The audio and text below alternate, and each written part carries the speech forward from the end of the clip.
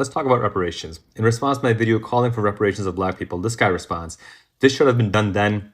I didn't own slaves, and no one living was a slave." Let's address this. First of all, let's dismiss the asinine point that because there wasn't accountability then, there can't be accountability now. As long as the government is still around, accountability of that government is absolutely possible. The broader point is that this is not about reparations for people who are no longer alive. This is about your hatred for black people. Because if we really did want to focus on people who are still living, we can pay reparations to black people simply for the injustices committed against them during the civil rights era. And I'll give you one really good example. Houses. After World War II, there was a housing boom, and every American family wanted the American dream of a house. The Federal Housing Authority decided to give out loans to people, but only white people. They explicitly wrote into their contracts that these loans cannot go to black people for any reason whatsoever.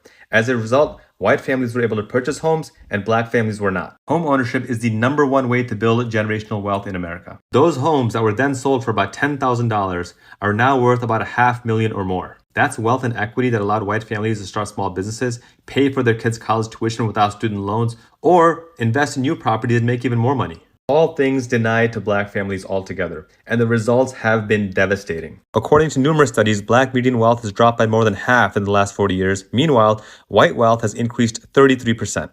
But it gets even worse than this. The median black family today owns only $3,600, just 2% of the wealth of the median white family. And yeah, it gets even worse than this. At this rate, the median white wealth will be $174,000 by 2050, and the median black wealth will be only $600. Black wealth is projected to be 0 by 2082. This is what we mean by the rich getting richer and the poor getting poorer. But the scary part is this is not accidental, this is deliberate and systemic. This is why we also say that student debt is a racial justice issue. A study found that 2 decades after taking out their student loans, the median black borrower still owed 95% of their debt, whereas the median white borrower paid off 94% of their debt. Multiply this across generations and across tens of millions of students, and you see the black and white divide is becoming more and more stark every single day. And this is not some long ago conspiracy. This is contemporary reality. So if the argument really is that we can't pay reparations to slaves because nobody alive today is a slave, well, there are millions of black people alive today who are suffering from these white supremacist policies,